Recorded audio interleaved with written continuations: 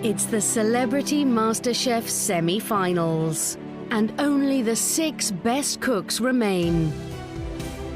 You can't come in here and cruise. I'm always in it for the win, baby. Always in it for the win. Competition really has got to me. I've upped the game a bit, and I think that's, what's going to be required. I think the more you get into the competition, the more it's going to hurt you if you don't make it. I don't even think a basket is big enough to contain my nerves anymore. I'm a barrel. I'm a barrel of nerves. I certainly thought I'd never make the final 6. I assumed I'd be in for the first couple, be kicked out and go, oh, I can still make beans on toast. But I'm still here. The eyes are on the prize, that the final is in sight. We just have to survive a few more challenges and it's there. Tonight, the pressure intensifies as they're challenged to cook a favourite recipe of one of the world's most popular chefs, before battling it out for a place in the final 5. I am loving this competition. They are all pushing each other. They are all getting better and better. And right now, they've got an opportunity to learn and learn fast. They want an adventure, they're about to go on a big one.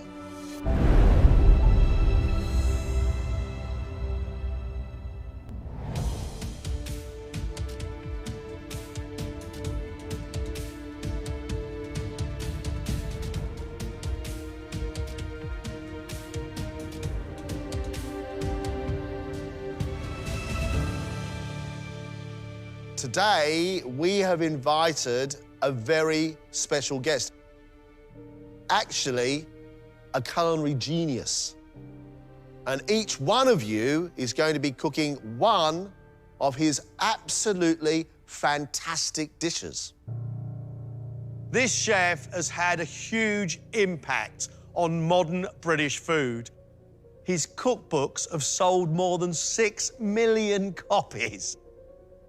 Ladies and gentlemen, please meet Yotam Ottolenghi.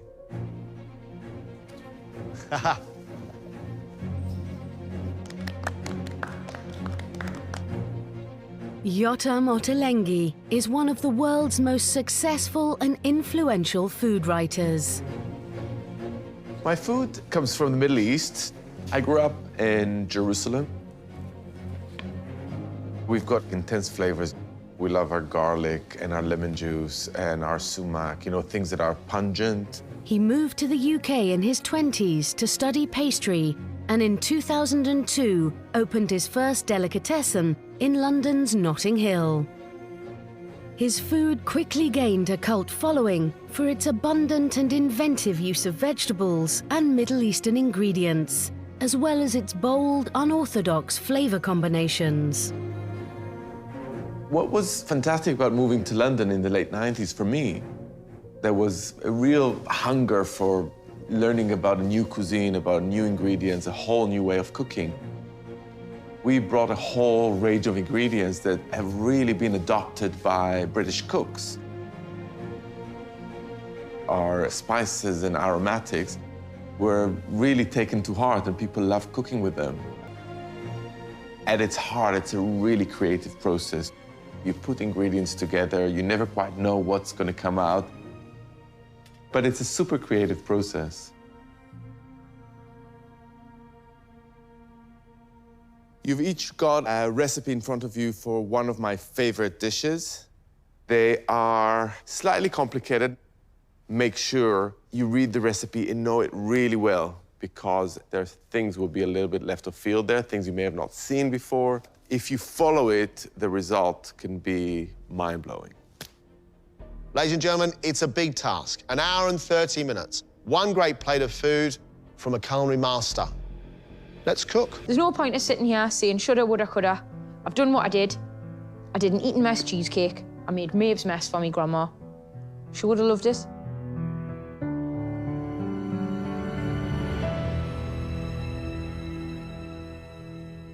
Look, all of them have put their heart and soul into this round. All of them want to stay. The fact is we're going to lose one from the competition.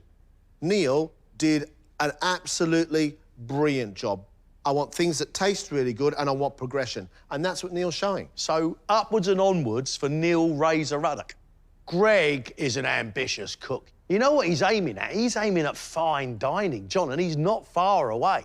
An amazing ravioli. Used the shells to make a really lovely, rich bisque sauce.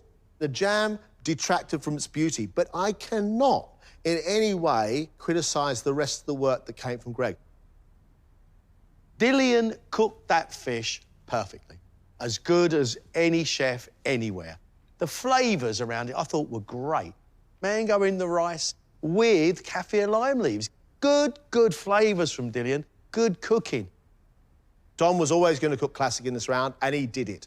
Beef Wellington. The beef was lovely and soft and well seasoned. He made his own pate, which is fantastic. You and I both wanted more of the pate around the beef. But I loved that red wine jus. That was beautiful. Vicky took two very, very classic desserts, a cheesecake and an Eton mess. Cheesecake was nicely made. The biscuit was quite firm and slightly salty. That's a great contrast. I would have liked some more sugar in that cream. However, it's a good dessert, indulgent. I would have liked more ambition with the chocolate, but it looked good, it tasted good. Jenny made for us a cockle-tea pie. Any fish pie is always brought together with a lovely creamy white sauce. Instead, we had really firm and very, very hard bechamel. The issue I had with Jenny, there were cockles in there that needed more cleaning. There was like a sandy, gritty feel. Who stays and who goes? Who's got the potential? Who's progressing through the competition? That, for me, is the big thing. I feel from the comments that they have recognised how much thought and effort that I'm putting in. I've done the best I can do. I just hope it's good enough. You know, we're all very much of a similar level, and really still at this stage, it's anybody's game. I want to do so much, but I think this is the end of my MasterChef journey, and that makes me the saddest little chef that ever did live.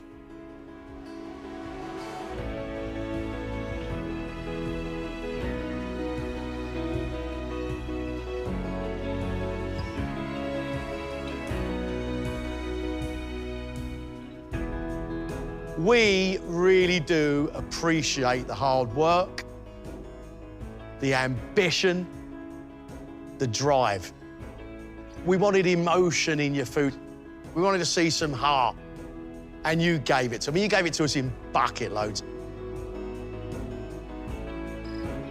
As we said at the start of this, one of you will be leaving us.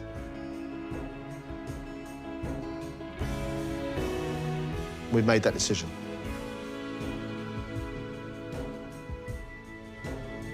The celebrity leaving us is Jenny.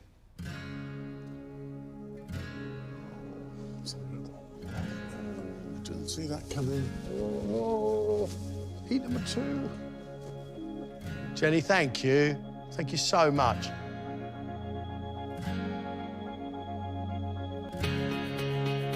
I've exceeded all my expectations, and to get this far in the competition has been absolutely incredible. I had no idea until I was in the thick of it just how challenging and fun and intense and emotional and rewarding it would be.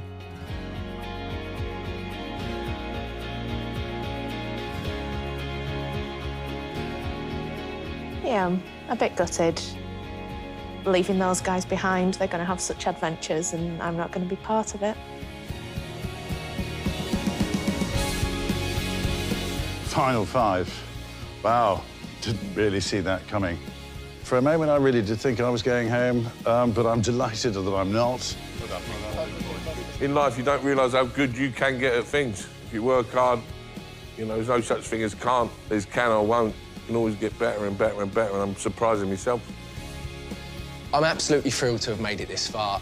I'm going to take a lot of confidence now going forward, hopefully cook up a storm, and I leave the jam at home. Now my father think, you know what? The boy did all right. I'm the last woman in the competition. So I'm not only just doing this for myself anymore, I'm doing it for Jenny, I'm doing it for Kelly, I'm doing it for my grandma, for my mum, for Meghan Markle, the Queen, Little Mix. I'm doing it for women everywhere. Beyonce is gonna be buzzing. Next time, it's the last Celebrity MasterChef semi-final.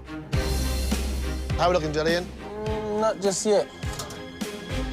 I think this is delightful. Absolutely delightful. Only the best 4 cooks will go through to finals week.